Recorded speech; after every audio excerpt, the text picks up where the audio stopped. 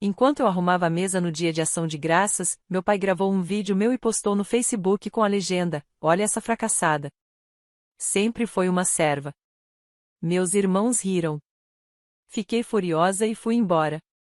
No dia seguinte, minha irmã me mandou mensagem: "Por que não consigo sacar $2.000 da sua conta?" Sem pensar duas vezes, eu explodi.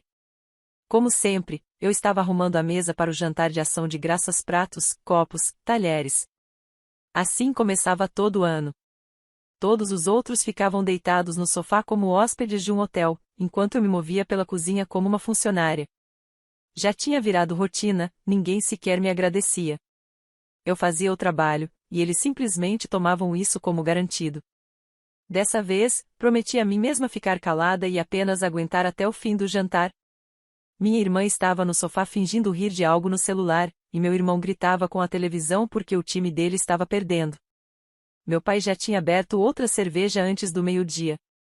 A única realmente ajudando era minha mãe, que em silêncio colocava o peru no forno. Aquele seria o último dia de ação de graças que eu passaria naquela casa, eu só ainda não sabia disso. Não percebi que meu pai estava com o celular na mão. Ele devia estar me filmando da sala de jantar enquanto eu arrumava o centro da mesa. Eu não fazia nada de especial, apenas alinhava os pratos direitinho, como sempre, porque Deus me livre alguém mais se responsabilizar por como as coisas ficavam. Só vi o vídeo depois que o jantar já estava servido. Eu estava sentada de frente para minha prima Lisa quando ela se inclinou e sussurrou: "Você viu o Facebook?" Meu celular vibrou. Lá estava a notificação. Meu pai tinha postado um vídeo de 14 segundos de mim dobrando guardanapos e arrumando os garfos. A legenda dizia: "Olha essa fracassada. Sempre foi uma serva." Meu irmão já tinha comentado: "Amo. Ela ainda acha que está fazendo alguma coisa." Minha irmã respondeu: "Verdade mesmo, cara sorrindo com lágrimas de alegria, cara sorrindo com lágrimas de alegria, cara sorrindo com lágrimas de alegria." Eles riam do outro lado da mesa como se fosse uma piada interna.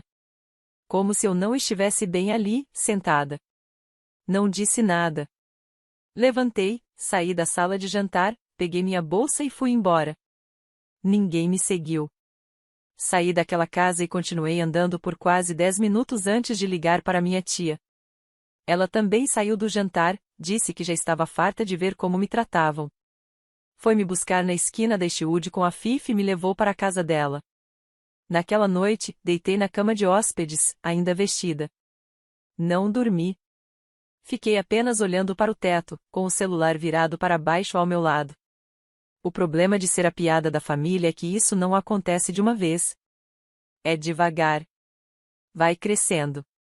Você deixa passar uma coisa, depois outra, e quando percebe, seu pai está te expondo na internet como se fosse uma piada, e seus irmãos participam como se fosse o passatempo deles. O que eles não sabiam era que eu vinha economizando em silêncio, trabalhando mais de 50 horas por semana, sem sair, sem comprar roupas novas, sem tirar férias, deixando minha irmã pegar dinheiro emprestado sem nunca devolver. Eu tinha juntado mais de $21.000. Eles achavam que eu era burra, quebrada, fraca. Essa ilusão desmoronou na manhã seguinte. Às 8h12, minha irmã me mandou uma mensagem. Não era um "você está bem?" ou um "onde você está?" Era só: "Por que não consigo sacar $2.000 da sua conta?" Ela quis dizer da minha conta. Liguei para ela. Não gritei. Não chorei. Só falei com calma: "A conta conjunta foi encerrada e todo o dinheiro transferido." Ela surtou. Mandou 6 mensagens seguidas me chamando de egoísta, manipuladora, amarga. Disse que precisava do dinheiro para coisas urgentes ou urgentes no sentido dela, ou seja, ingressos para show e produtos de uma marca de skincare duvidosa. Ao meio-dia, meu pai me mandou mensagem não para pedir desculpas, nem para saber como eu estava, apenas: "Você sempre foi dramática. Cresça." E foi aí que eu quebrei de vez. Eles não sabiam onde eu estava. Achavam que eu ia rastejar de volta. Pensavam que era só mais um dos meus silêncios. Mas estavam prestes a descobrir algo que eu vinha guardando há anos. Eu não estava só com raiva. Eu tinha acabado. No domingo de manhã, o silêncio naquela casa devia estar soando estranho. Nenhum barulho de panelas, nenhum passo apressado pelo corredor, ninguém perguntando se alguém precisava de algo. Eu não estava lá e, pela primeira vez em anos, ninguém estava juntando os pedaços. Eu não respondi a nenhuma das mensagens. Minha tia fez waffles e café, e nós ficamos sentadas na varanda por uma hora, em silêncio. Ela não era do tipo que insistia. Só disse: o que quer que você decida, certifique-se de que não é por culpa. Eu assenti. Meu celular vibrou 5 vezes durante o café da manhã. Não olhei nenhuma vez. Perto do meio-dia, finalmente peguei o celular. Não porque me importava com o que eles tinham a dizer, mas porque precisava confirmar o que já suspeitava. A primeira coisa que vi foi um novo grupo com meus irmãos. Eu nunca pedi para ser adicionada, mas lá estava. A primeira mensagem era uma foto: minhas gavetas arrancadas, meu espelho quebrado, minhas maquiagens esmagadas no chão, meus livros jogados como lixo. A legenda do meu irmão: dia da faxina. Logo abaixo, outra mensagem dele: devia ter levado suas tralhas com você. Fiquei paralisada. Rolei para baixo e vi a resposta da minha irmã: não se preocupa, guardamos seus cadernos de lixo também, cara sorrindo com lágrimas de alegria. Foi nesse momento que senti algo mudar dentro de mim. Eu não chorei quando saí daquela casa. Não chorei quando meu pai postou o vídeo.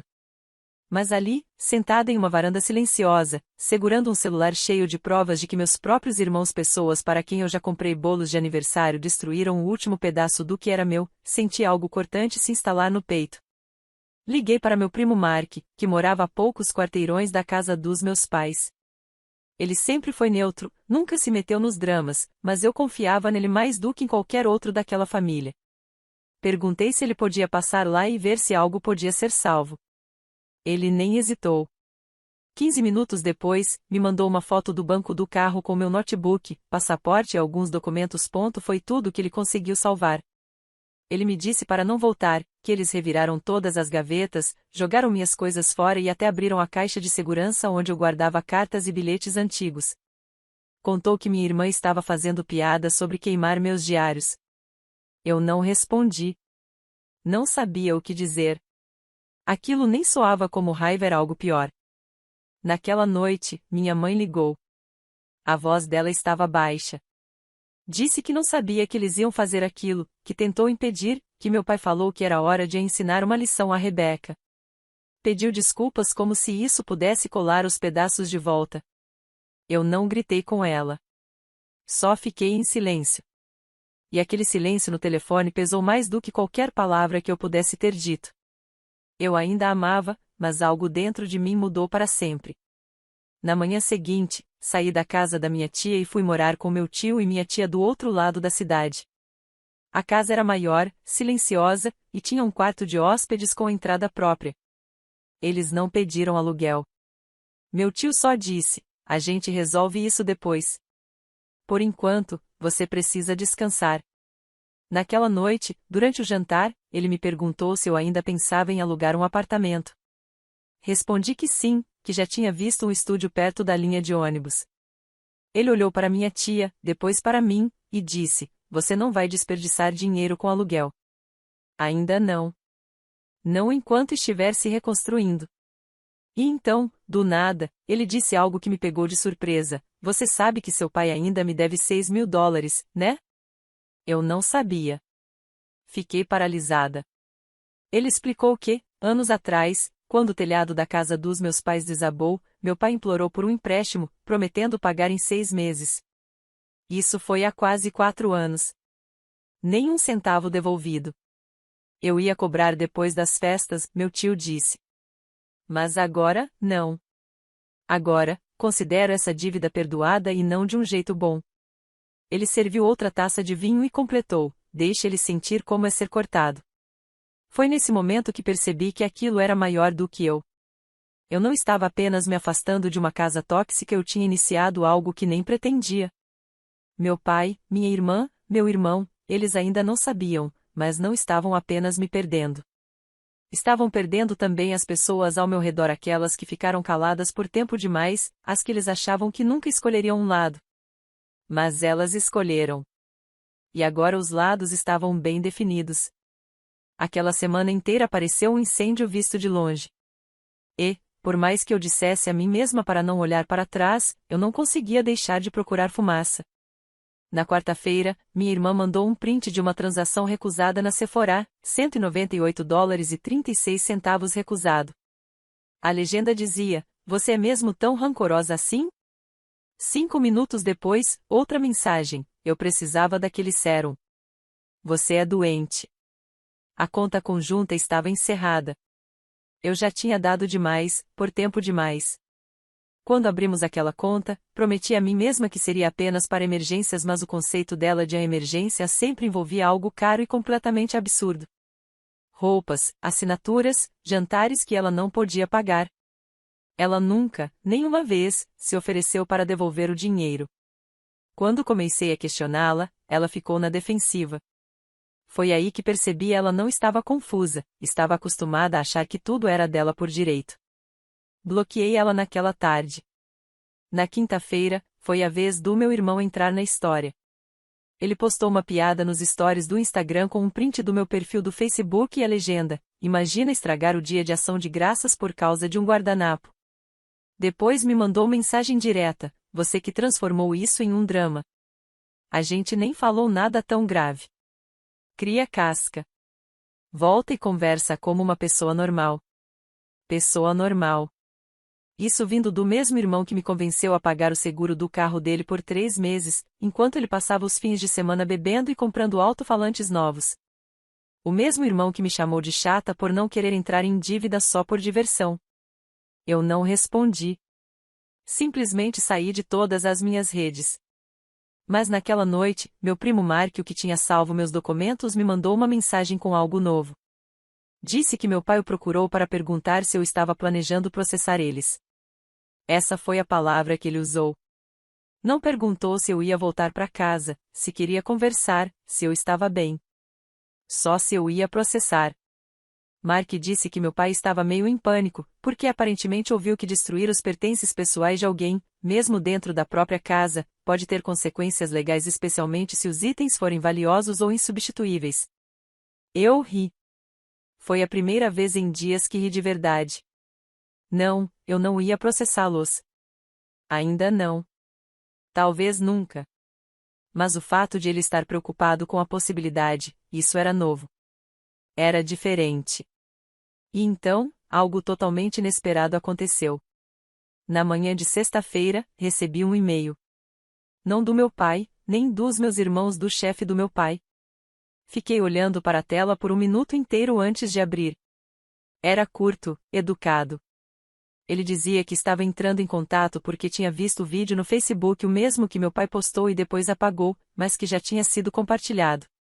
Ele não disse nada agressivo, apenas: "Queria saber se você está bem." Só isso.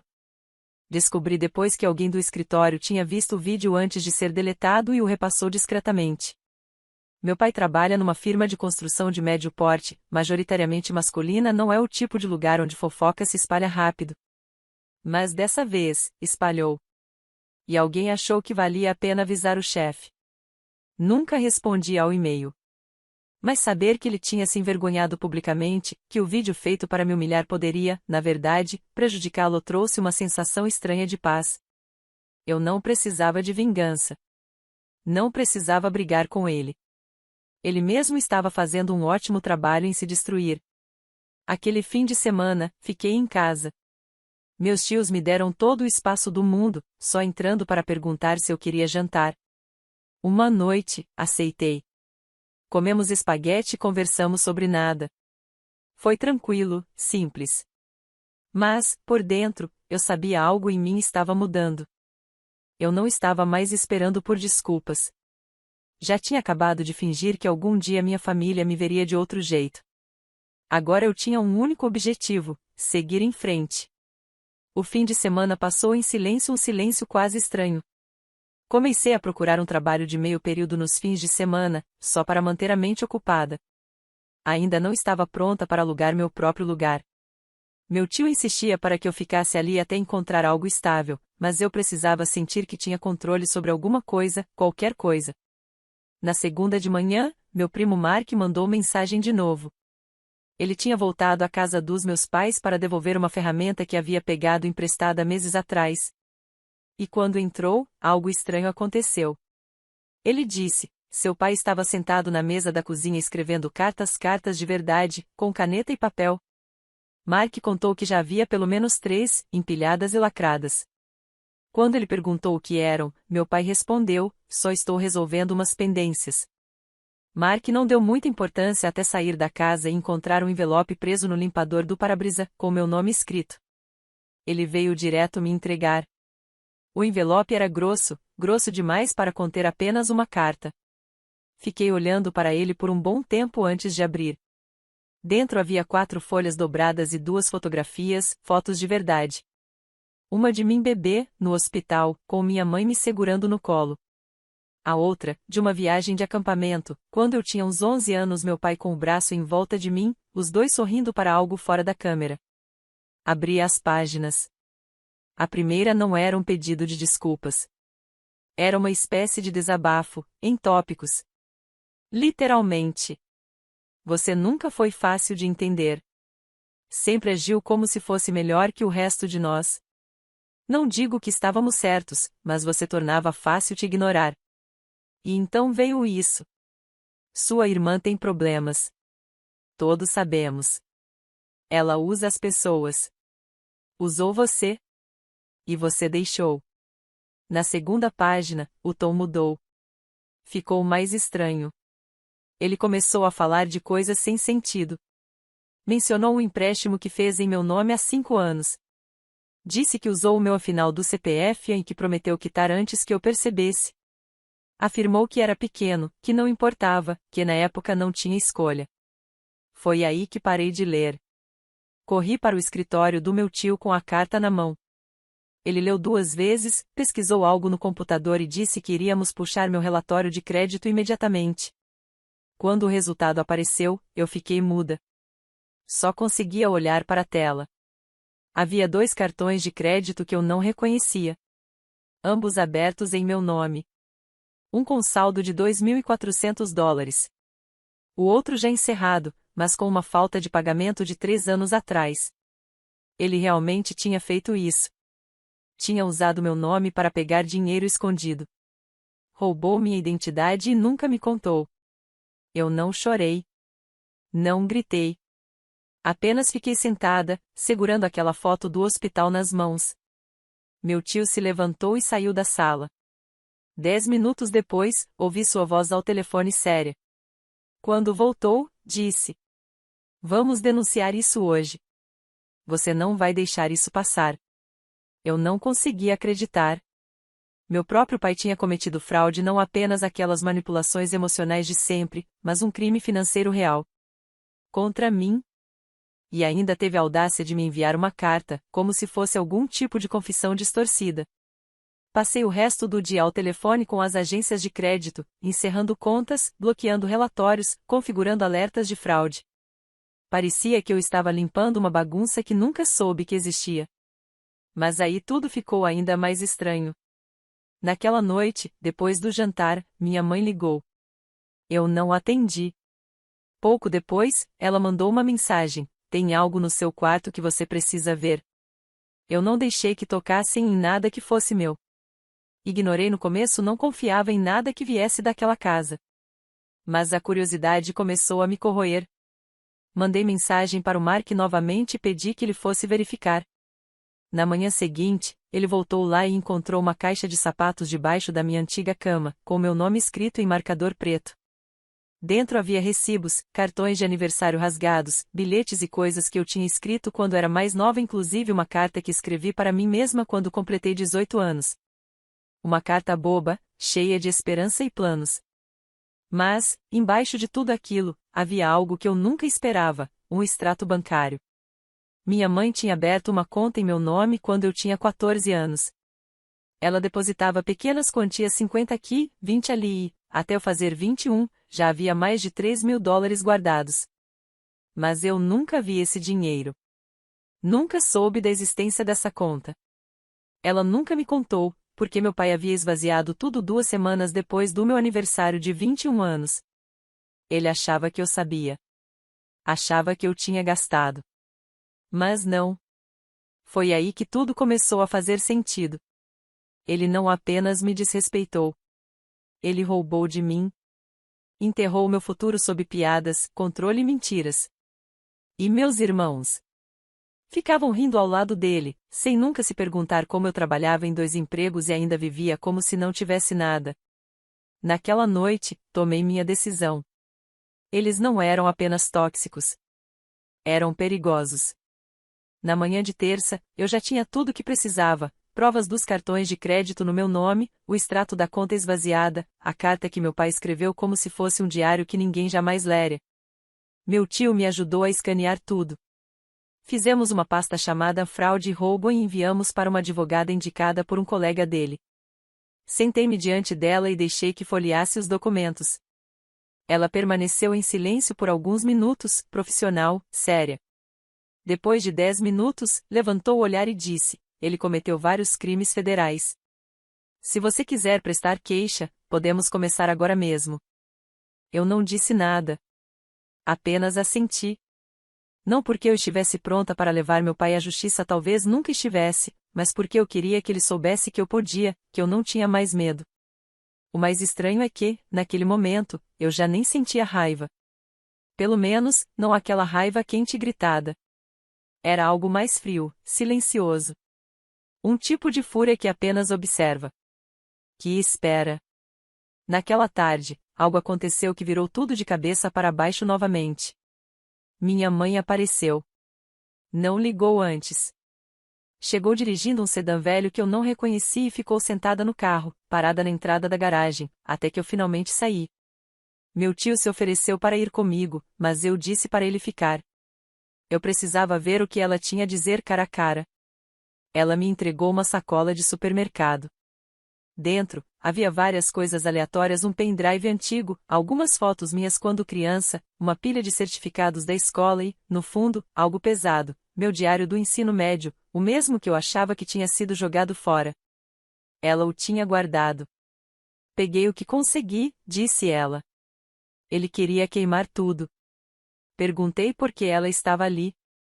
Ela não hesitou: estou deixando ele. Fiquei olhando para ela, tentando decidir se acreditava. Mas ela não esperou eu responder.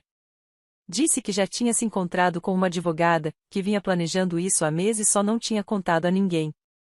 E então, sem piscar, ela me contou algo ainda pior. Aparentemente, por anos, meu pai vinha pedindo dinheiro emprestado a parentes usando o meu nome.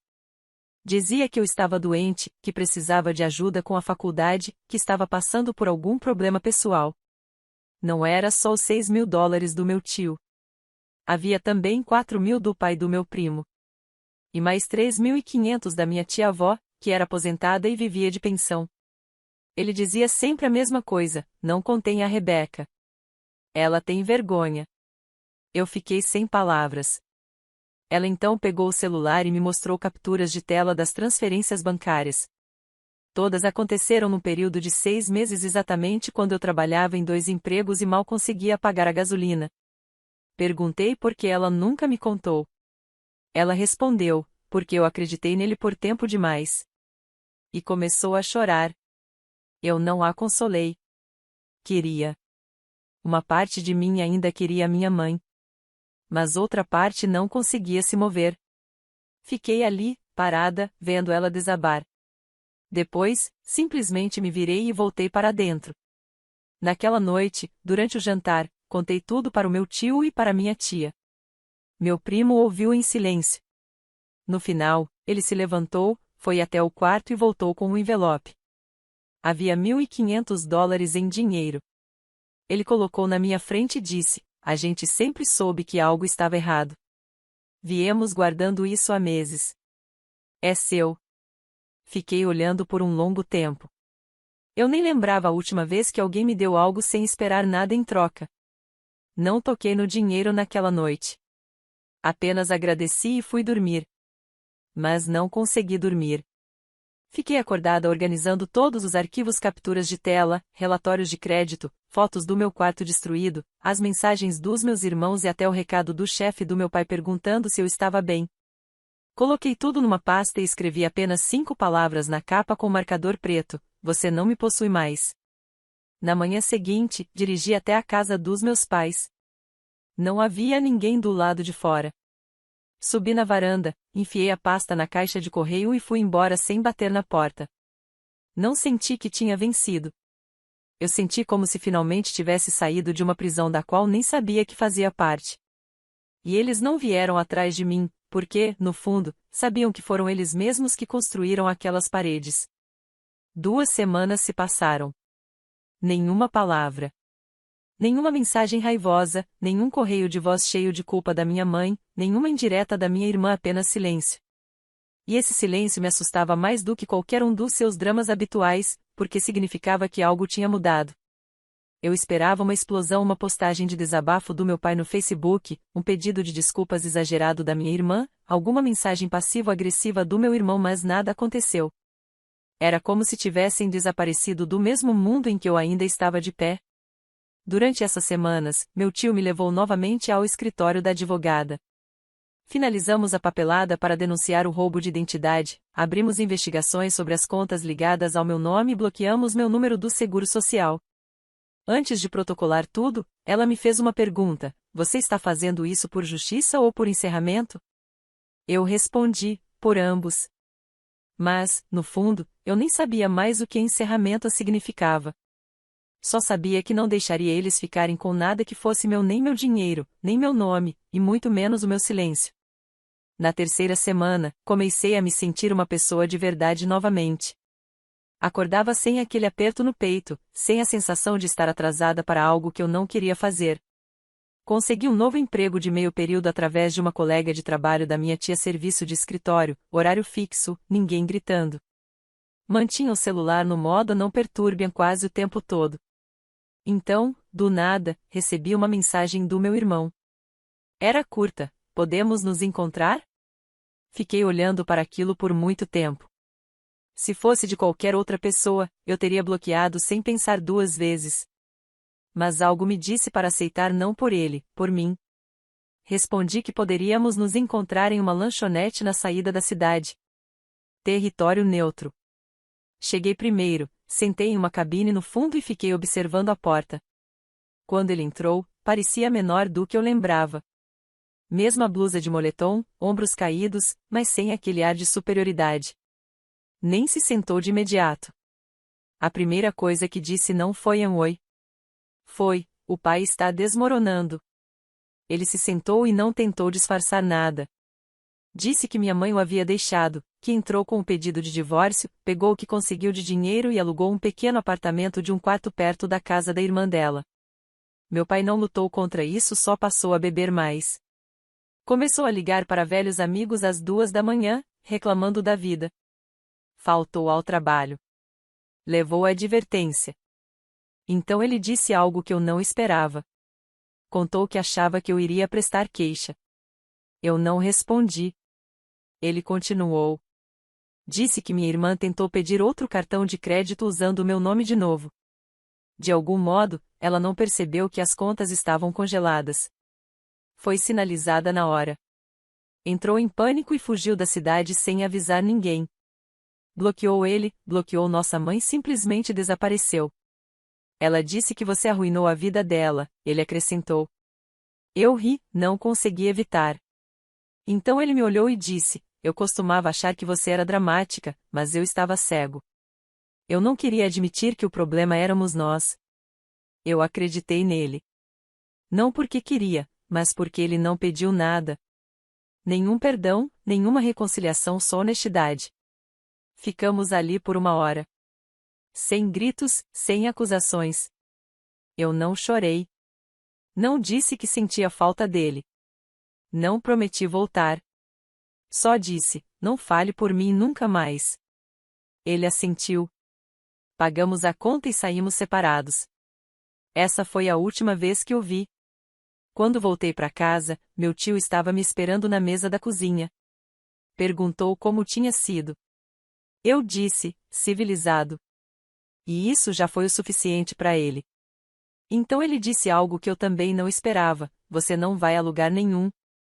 Ainda não. Fique até a primavera. Guarde mais dinheiro. Não corra para alugar um cubículo só para se sentir independente. Aqui é a sua casa. Sem condições. Senti um nó na garganta. Não porque eu precisava ser salva, mas porque, pela primeira vez, alguém me oferecia apoio sem amarras. Passei o mês seguinte me acostumando com algo que não sentia há anos: estabilidade. Sem brigas, sem desculpas falsas, sem dinheiro sendo roubado, apenas jantares tranquilos, roupas lavadas que eram só minhas e uma porta que permanecia fechada, a menos que eu a abrisse. O dossiê que enviamos às autoridades desencadeou uma série de acontecimentos. Meu pai perdeu o emprego depois que a empresa fez uma verificação de antecedentes e descobriu a denúncia de fraude. Ninguém me ligou pedindo compaixão. Minha irmã nunca reapareceu. Minha mãe mandou uma única mensagem através da minha tia, dizendo que estava recomeçando e não esperava perdão. Eu não respondi. Eu não precisava de vingança. Não precisava de encerramento. Eu tinha paz. No fim da primavera, minhas economias haviam crescido. Os US$ 21.000 com que saí de casa já eram quase 30.000. Eu tinha propostas de emprego, amigos que não sabiam nada do drama familiar e um plano. Visitei um pequeno apartamento perto do rio iluminado, silencioso, com espaço suficiente para uma escrivaninha e um sofá de segunda mão. Contei ao meu tio que estava pensando no lugar. Ele disse: "Você não precisa provar nada para ninguém. Fique até estar pronta para ir e querer ir." Então fiquei mais um pouco. E, todos os dias ao acordar, lembrava de uma coisa: eles achavam que eu era serva.